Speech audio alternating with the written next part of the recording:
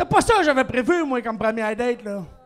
Moi, je pensais finir la soirée avec un petit Netflix and chill, un petit dodo collé, quelque chose de relax. Je pensais pas finir la soirée à me faire diagnostiquer une autre commotion cérébrale, moi, là. Et je repensais à ça, en plus, le soir, couché dans ma civière à l'hôpital. Puis je me disais, cette histoire-là aurait probablement bien mieux fini. Au lieu d'essayer de monter sur le cheval, j'avais juste pété le cul, finalement.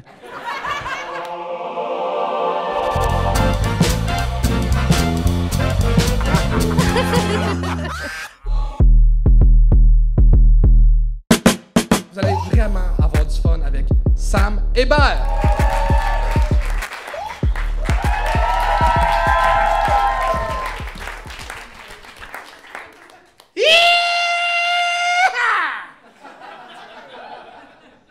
Asti que j'ai eu country.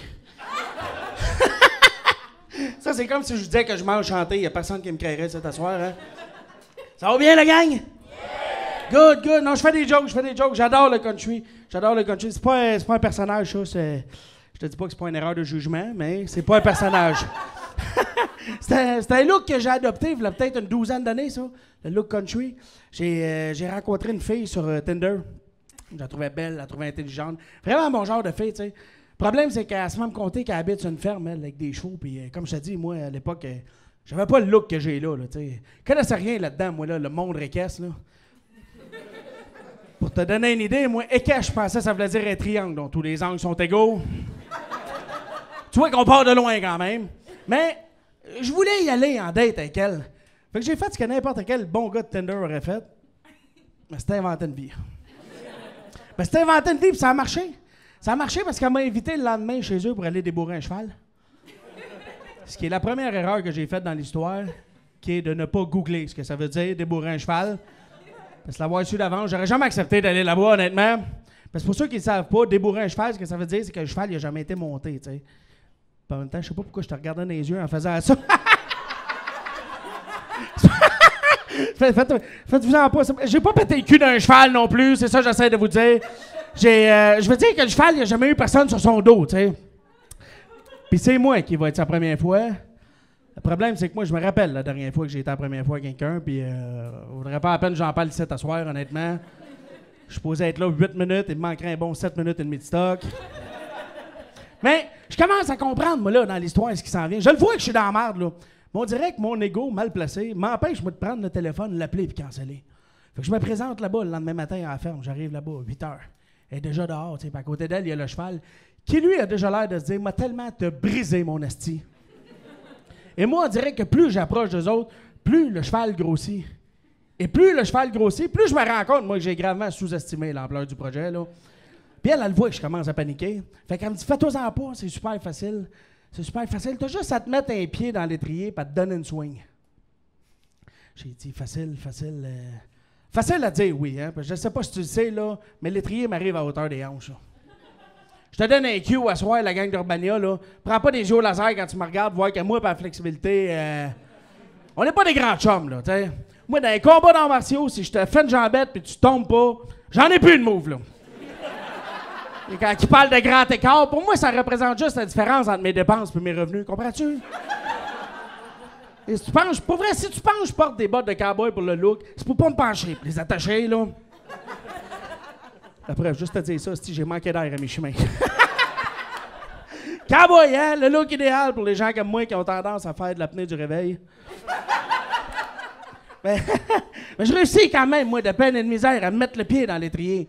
Et vient le moment dans l'histoire où on constate toute l'étendue de ma naïveté, OK? Parce que moi, dans ma tête, 50% de la job est faite. Ce qui est une grave erreur de jugement de ma part, je te le concède, là. Parce qu'il reste encore la swing. Et la swing, je me la donne, comprends-tu? Et au moment où mon dernier pied quitte le sol, j'entends un...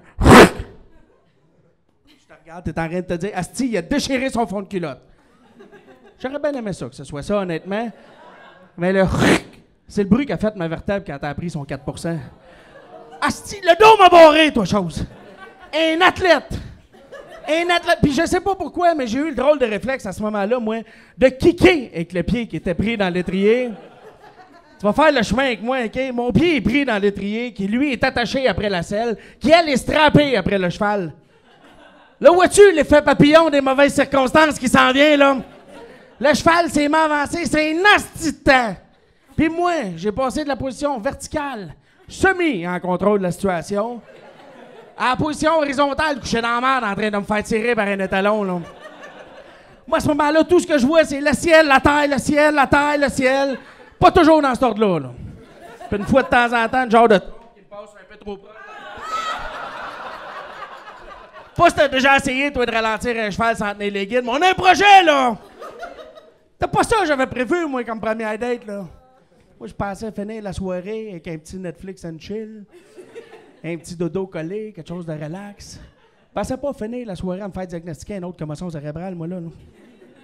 Et je repassais à ça, en plus, le soir, couché dans ma civière à l'hôpital. Puis je me disais, cette histoire-là aurait probablement bien mieux fini. Au lieu d'essayer de monter sur le cheval, j'avais juste pété le cul, finalement. J'étais allé voir mon médecin dernièrement. Parce que j'ai bien de la misère avec mon sommeil. Je suis bien fatigué de ce temps-là. Puis j'ai lu quelque part, on a arrêté de se mentir, là. Chris, t'as des yeux comme moi. J'ai vu un TikTok, c'est ça que j'essaie de te dire. J'ai vu un TikTok et ça aurait l'air que c'est pas normal de se réveiller dans le milieu de la nuit en faisant...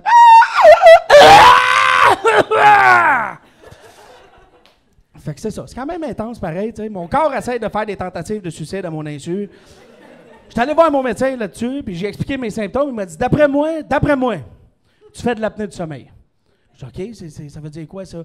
Ben, il dit, ce que je ferais, là, c'est qu'à partir de là, on va te faire le test, le gros test à l'hôpital, mais avant, on va te faire le petit test préliminaire. Tu prends cette petite sacoche-là, dedans, il y a la petite machine, tu t'en vas chez vous, tu dors une nuit, tu fais les tests. Je dis, parfait. Je viens de partir, juste avant, il me dit, hey! Bien important, si tu fais de l'apnée, c'est extrêmement dangereux de dormir sans. J'ai dit, parfait, extrêmement dangereux, extrêmement. J'arrive chez nous, je branche la machine. Tout le monde connaît ça, la petite machine d'apnée de sommeil? T'as ça sur ta table de chevet, t'as le masque. Moi, c'est pas pire quand même. Je suis chanceux, j'ai juste le petit nozzle, tu sais, l'affaire en dessous du nez. Ça a tendance à vouloir bouger, ce petit gréement-là. Et moi, première nuit, je me suis réveillé le matin, je l'avais direct en dessous d'un œil. Ça me shootait direct dans les yeux. J'avais les yeux sèches. Je regarde ma femme, je suis comme Chris, il m'a dit que c'était dangereux de dormir sans. Il m'a jamais dit que c'était dangereux de perdre la vue si je l'avais, par exemple. T'as dit, ça souffle de l'air, là. Tu te mets ça dans le nez, tu deviens automatiquement un petit échangeur d'air. T'as dit, ça n'a pas de bon sens, tu sais. Le soir, c'est pas si pire. Le matin, c'est épouvantable. Parce qu'on pue de la gueule le matin, là. Tu dirais qu'il y a quelqu'un qui a chié dans l'échangeur d'air. La gang est bandée, on va vous souhaiter une belle soirée, mon nom est Sam Hébert. Merci énormément!